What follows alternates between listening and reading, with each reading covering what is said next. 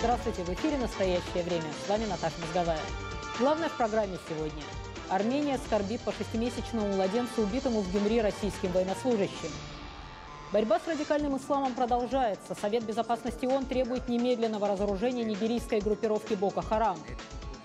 Уроки истории. Литва вспоминает российскую агрессию 1991 года и опасается ее повторения. Как обычно, начинаем с новостей из Праги. Сергей? Спасибо, Наташа. События дня в настоящем времени из Праги. Я Сергей Дорофеев. Здравствуйте.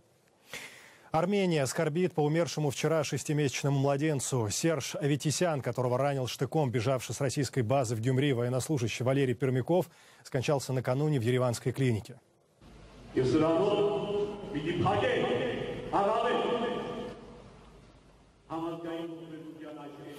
Панихида по ребенку в соборе Гюмри, где выставлен гроб, во дворе церкви Венки.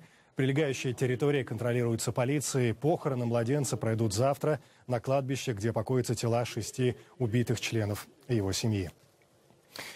Где и как будут судить обвиняемого Пермякова, как идет расследование? На вопросы пытался ответить мой коллега Александр Касаткин.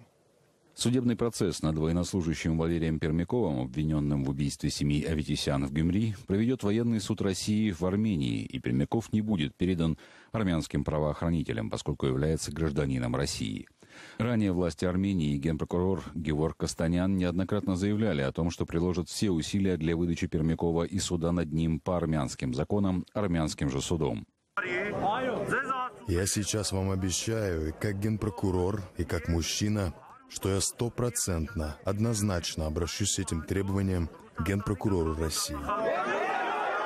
Тот факт, что правоохранительные органы Армении после задержания Пермякова сразу же не провели с ним необходимых следственных действий, в том числе не провели судебно-психиатрическую экспертизу, может негативно повлиять на качество расследования. Обвиняемого, которому уже предъявлено обвинение, должны были повести на место происшествия, и он должен был показать на месте, как совершил каждое действие, как проник в дом, как совершил убийство, а затем показать, как оказался на границе. Каждый юрист, у которого есть высшее образование, подтвердит сказанное мною, что неотложные следственные действия обязательно должны быть выполнены.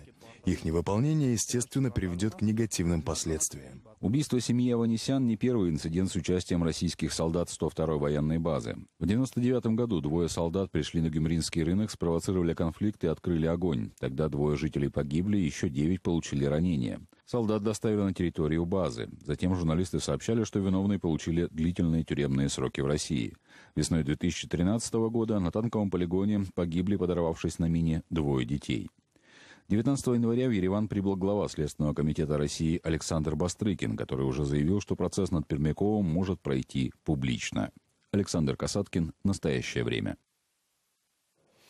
Армения для России главный партнер в регионе. Что теперь ждет отношения двух стран? Какие сигналы Москва уже посылает Еревану? До эфира я взял интервью у директора армянской службы «Радио Свобода» Гарри Тамразяна. В первые дни после трагедии Владимир Путин молчал. В итоге в Ереван прилетел глава Следственного комитета России Бастрыкин. То есть не президент прилетел, чтобы принести извинения армянскому народу. Вот что это за сигнал такой Москвы, Еревану? Ну, во-первых, скажу, что армяне очень обиделись на Путина, что он так долго молчал, и потом послал вот совершенно человека, который никак не назовешь лидером, да, российским.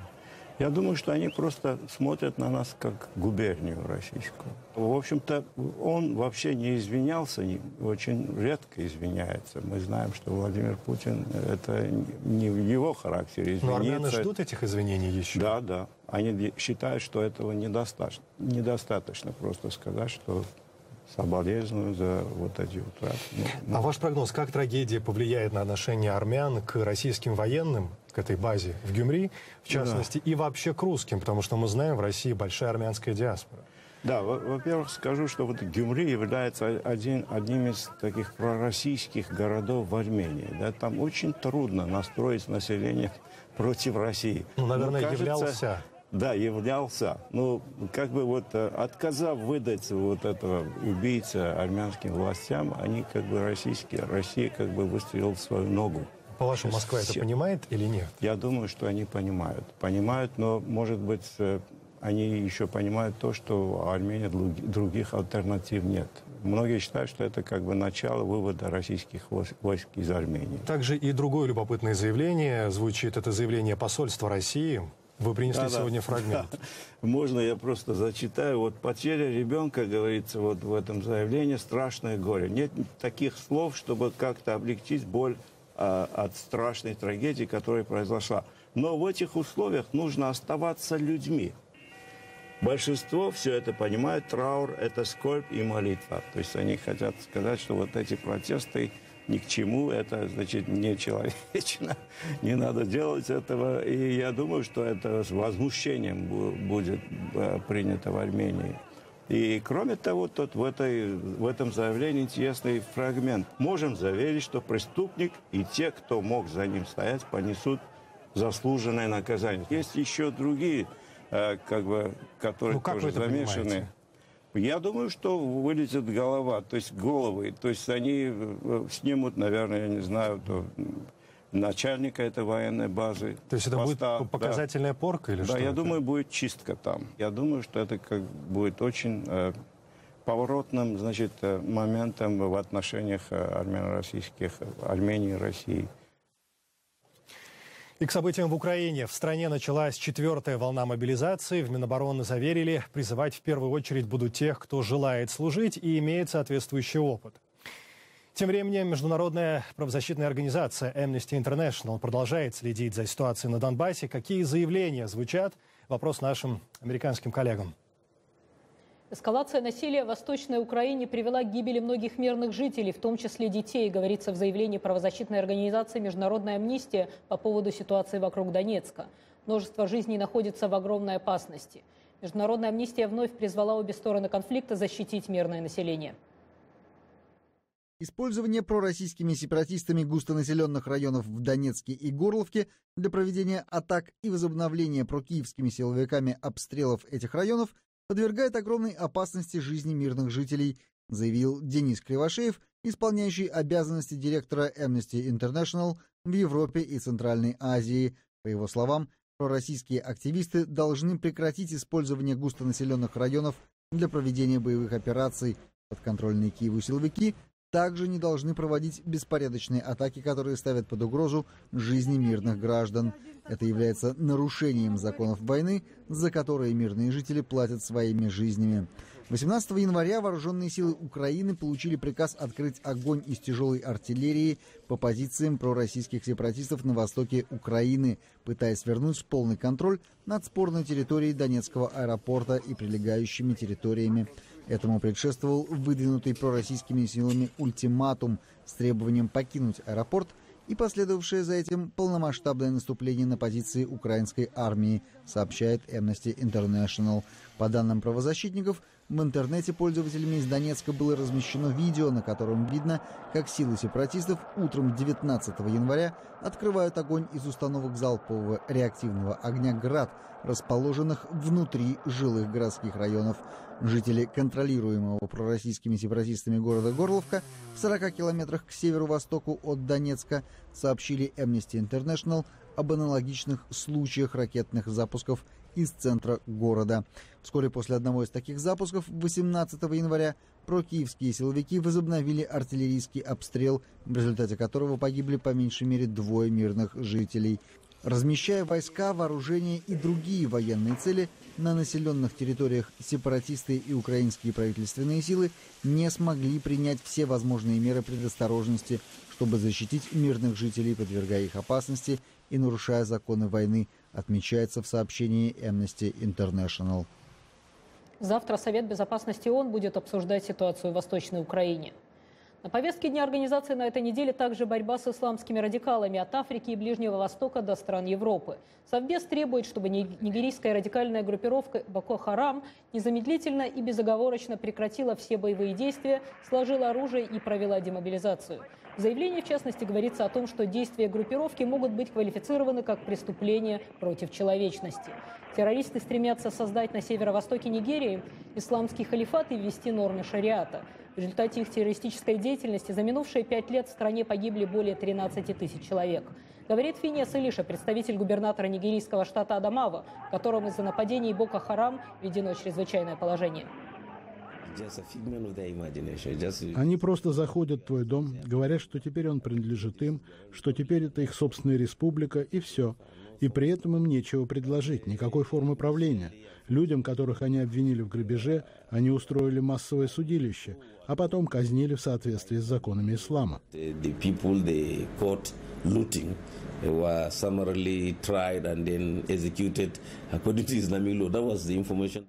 В документе Совета Безопасности говорится о создании группы оперативного реагирования для борьбы с Боко Харам, в которую войдут военные из Нигерии, Чада, Камеруна, Нигера и Бенина.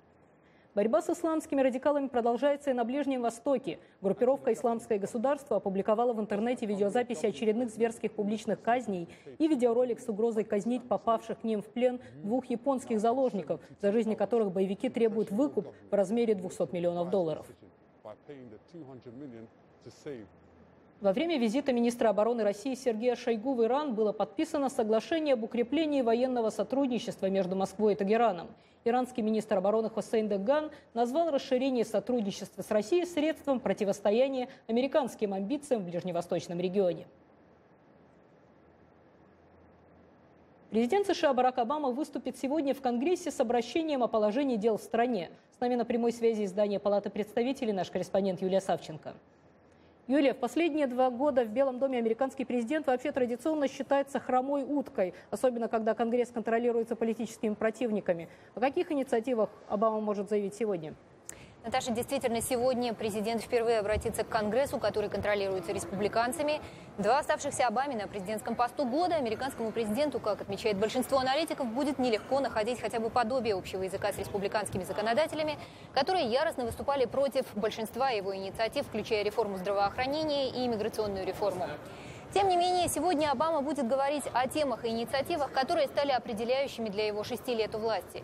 В первую очередь, это, конечно же, экономика. 2014 год в этой области эксперты называют лучшим за период президентства Обамы. Именно в прошедшем году американцы по всем подсчетам должны были почувствовать значительное улучшение в экономической сфере. Ожидается также, что в своем обращении Обама обратит внимание на несколько инициатив в сфере кибербезопасности и защиты тайны частной жизни, недавно объявленных Белым домом. Речь идет о призыве к более активному обмену информацией между федеральным правительством и частными компаниями и новых инициативах по предотвращению крупных хакерских атак. На недавней встрече в Белом доме с лидерами Конгресса президент Обама заявил, что укрепление кибербезопасности – это тот вопрос, с которым могут согласиться обе партии. Также среди тем, которым должен уделить внимание в своем обращении американский президент – радикальные изменения в американо-кубинских отношениях. В прошлом месяце администрация Белого дома заявила о восстановлении дипотношений с Кубой в полном объеме после почти 50 лет политической и дипломатической напряженности. Вопросы борьбы с радикальным экстремизмом, особенно в свете терактов в Париже, также займут не последнее место в обращении Барака Обамы. Ожидается также, что президент будет говорить и о стратегии борьбы с террористической организацией ИГИЛ в Ираке и Сирии.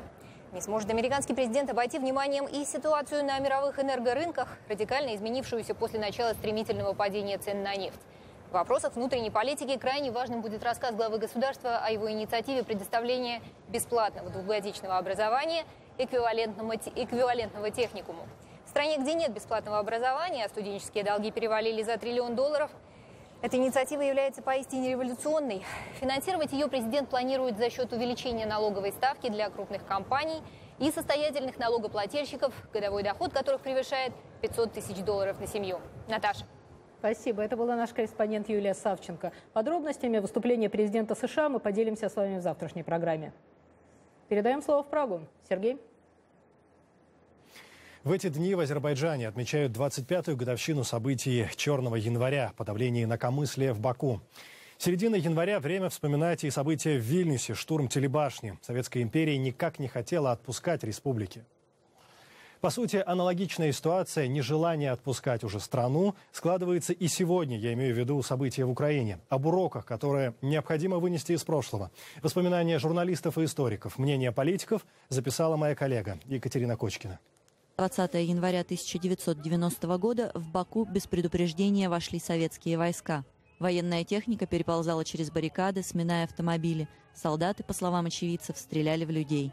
За ночь было убито более 100 мирных жителей. Еще несколько сотен получили ранения. Вторжение стало попыткой Кремля спасти советскую власть в Азербайджане. В то время в Азербайджане было очень сильное национально-освободительное движение.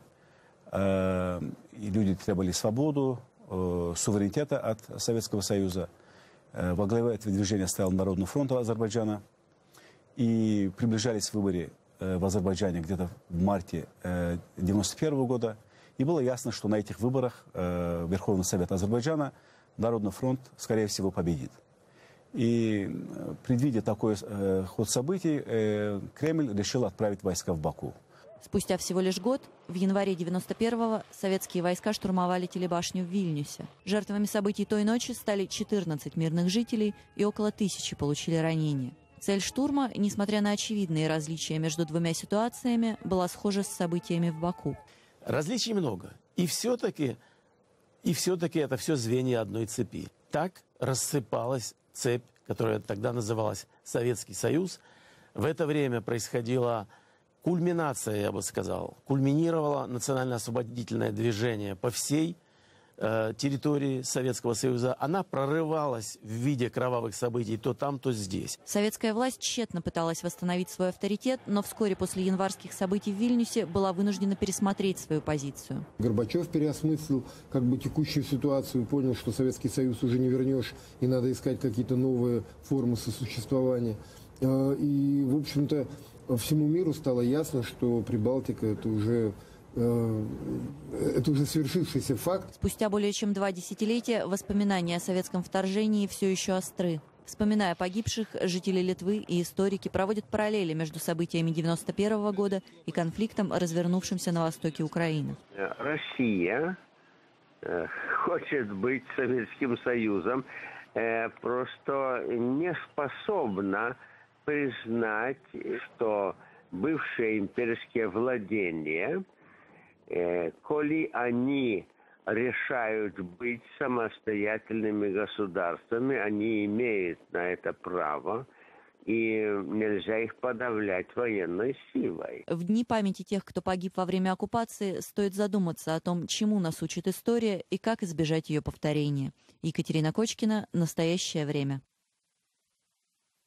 Если за окном вы слышите выстрелы, это еще не конец света. Это фраза из инструкции Минобороны Литвы на случай войны. Сначала 100-страничную книгу выпустили на сайте ведомства и сейчас готовят печатную версию. Инструкция достаточно подробная. Например, советуют гражданам противостоять оккупации на забастовках или хотя бы работать хуже, чем обычно. Репортаж «Рейтер», рассказывает Мария Яблонская. В вильнюсской типографии печатают свежий тираж руководства по поведению на случай войны. «Сохраняйте рассудительность, не паникуйте и не теряйте способность ясно мыслить», сказано в брошюре. Инициатива создания инструкции по жизни в условиях войны принадлежит Министерству обороны. В ведомстве не скрывают, что она связана с конфликтом на Украине. Главная причина в том, что мы стали получать звонки и вопросы от населения, объясняет министр обороны Литвы. Когда Россия начала агрессию на Украине, наши граждане поняли, что у наших границ имеется не очень дружественный сосед. В руководстве сказано, что литовцы должны оказывать сопротивление в случае иностранной интервенции, а именно устраивать демонстрации и забастовки. В случае нападения граждане должны самоорганизовываться через социальные сети – Facebook и Twitter. Книга состоит из 3 разделов, рассказывает представитель Минобороны. Первый – это чрезвычайные ситуации. Второй – военное положение и мобилизация. Третий раздел посвящен вооруженному и ненасильственному сопротивлению граждан. В конце книги приведены практические рекомендации по всем 3 разделам. Литва на протяжении полувека была частью Советского Союза, из состава которого вышла одной из первых в 90-м году. После признания независимости в 91-м страна поспешила вступить в Евросоюз и НАТО. Россия отрицает свою причастность к военным действиям на Украине, но правительство Литвы опасается вторжения. Власти увеличили набор в армию и рассматривают создание бомбоубежищ во всех строящихся зданиях. Нефтяные компании России начали готовиться к цене барреля в $40. Роснефть, например, провела стресс-тест по работе в новых условиях, а ее прямые конкуренты перешли на помесячное планирование. Пока российские чиновники и менеджеры думают, как удержаться на плаву, их американские коллеги просчитывают, как заработать на дешевой нефти. Наташа, Расскажите, как? Да, Сергей, падение цен на нефть негативно сказалось на прибылях нефтедобывающих компаний, однако для автомобильной и авиационной индустрии это хорошие новости. Подробности в репортаже нашего корреспондента Джима Рэндла. Когда цены на нефть безудержно взлетели, многие авиалинии были вынуждены поставить свои самолеты в ангары и объявить банкротство.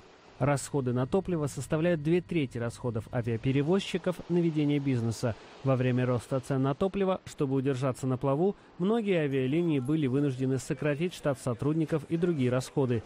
По мнению эксперта в сфере авиаиндустрии Перри Флинта, в среднем авиаперевозчик зарабатывает на пассажире порядка $7. По мнению Перри, снижение стоимости топлива позитивно отразится на работе авиаперевозчиков. Сегодня прогноз развития этого сектора положительный. Мы ожидаем, что прибыль в 2015 году составит $25 миллиардов. Это на 5 миллиардов больше, чем в прошлом году. Сокращение затрат на бензин позволяет потребителям потратить эти средства на другие товары и услуги. По данным Ассоциации автодилеров США, в 2014 году в стране было продано больше машин, чем за последние 8 лет. По мнению эксперта Джека Фитджеральда, низкая стоимость бензина позволяет американским потребителям приобретать большие автомобили, особенно любимые в США. Фитджеральд занимается продажей автомобилей уже 60 лет. В прошлом году его компания продала 24 тысячи машин. Это большие автомобили, и они требуют большого количества топлива. Они очень популярны, и поэтому, когда цены на бензин падают, продажи увеличиваются. Эксперты и экономисты отмечают, что падение цен на нефть стимулирует глобальную экономику, поскольку высвободившиеся средства идут в другие секторы. Среди факторов, замедляющих рост экономики мира, крупные долги и безработица, как следствие финансового кризиса.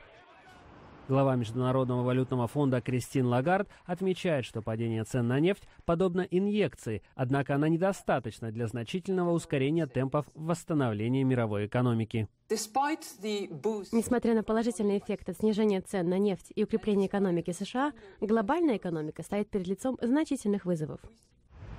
Снижение цен на нефть представляет большую проблему для нефтедобывающих компаний, и в результате могут пострадать многомиллиардные проекты. По мнению экспертов, в этот список, скорее всего, попадут дорогостоящие и рискованные планы добычи энергоносителей.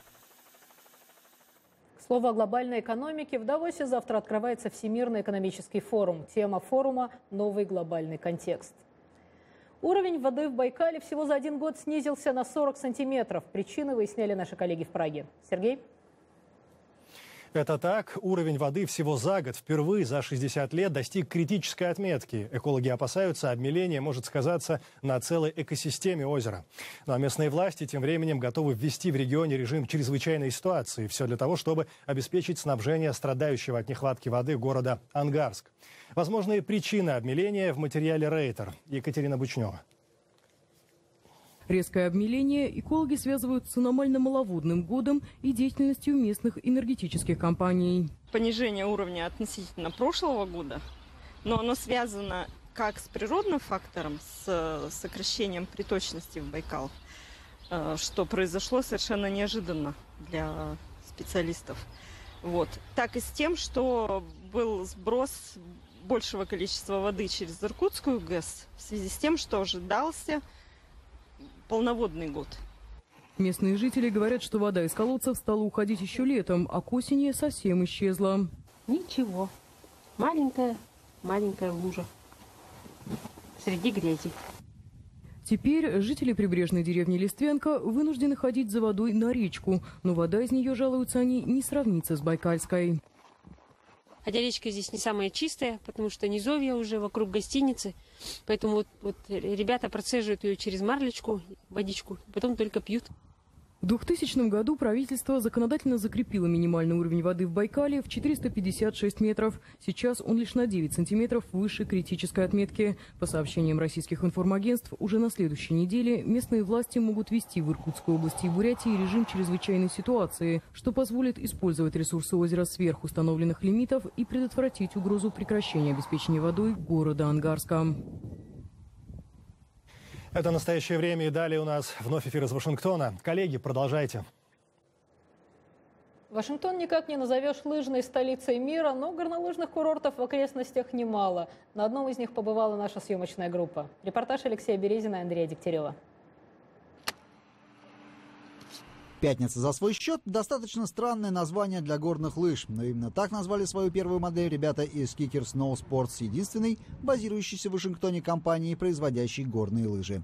В 2013 году начались сокращения бюджетников. Некоторые служащие были переведены на 4-дневную рабочую неделю. Пятница стала выходным, но неоплачиваемым. Свободного времени появилось больше. И мы решили сами делать лыжи. Использовали свой студенческий опыт. В колледже мы работали с композитными материалами. Кое-что посмотрели в интернете, сами сделали пресс и другое оборудование, закупили материалы и через некоторое время разработали процесс и сейчас можем показать достойный продукт. Это одно из самых популярных оформлений наших лыж. Называется «Гордость Мэриленда». Посмотрите на сами лыжи. Вот эти красно-белые и черно-желтые шашечки – это цвета флага штата Мэриленд, спереди и сзади. А вот здесь я разместил изображение тех предметов, которые представляют штат Мэриленд. Вот это краб. Не знаю, как вы, но мы в Мэриленде очень любим крабов. Береговая линия залива Чесапик, небоскребы Балтимора – это изображения, которые представляют Мэриленд. Несколько раз в год все крупные производители устраивают демонстрационные дни, когда каждый желающий может испытать горнолыжное снаряжение. В этот раз такое мероприятие устроено в горнолыжном парке Whitetail, примерно в 2 часах езды от Вашингтона. Показать свои сноуборды сюда привез и мастер из штата Огайо Алексей Остатник-Грош, один из отцов-основателей еще советского сноуборда. Длина, моя подпись и хендкрафт от Павлога. В 1988 году он вместе с Алексеем Мельниковым основал фирму «Громель», единственную, которая занималась в СССР, а потом и в России производством сноубордов. Лихие 90-е распорядились по-своему. Фирму продали, Мельников уехал в Австралию, а Остатник-Грош в США. Теперь доски от Алексея – продукт штучный, стоят дорого, и кататься на них нужно уметь. Уже где-то 30 лет я делаю доски. Для меня это не главное занятие, живу из другого, но это как бы моя такая воплотившаяся в жизнь мечта. Я делаю доски людям, которые их заказывают. Когда они не могут купить доску в магазине, они заказывают метр, что они хотят. И это вот один из таких аппаратов, это чисто для гонок машина. Какие-то доски я передал русской сборной, с какими-то досками я работаю с людьми, которые катаются профессионально в Америке. То, что называется, то, что считается в мире top of the line, это досок таких мало кто делает в мире, это доска металлическая. Я катаюсь на сноуборде с 1986 года, уже достаточно давно. Я был инструктором этой сети горнолыжных парков с 90 по 95. Я уже опробовал этот Громель. Это гоночная доска для карвинга. Она 180 сантиметров в длину, делает отличные повороты. Я на ней делаю самые лучшие повороты. Гоночные доски, как это, добавляют изюминку к катанию. Несмотря на то, что Вашингтон находится вдалеке от таких горнолыжных центров, как Колорадо или Юта, здесь тоже достаточно поклонников этого вида спорта. В пределах 2 часов езды от американской столицы более 10 горнолыжных парков. В выходные дни отбоя от посетителей нет. Всего же по данным сайта statista.com в США насчитывается порядка 10 миллионов людей, которые катаются на горных лыжах или сноубордах.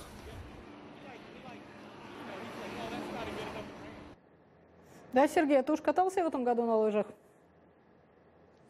Ну, я думаю, что жителям Праги повезло не так, как жителям героя вашего материала или жителям Вашингтона, потому что у вас снега много, у нас его нет вообще, но здесь рядом горы, я думаю, еще 1,5 месяца успею получить удовольствие от лыж и от высоких гор и снега.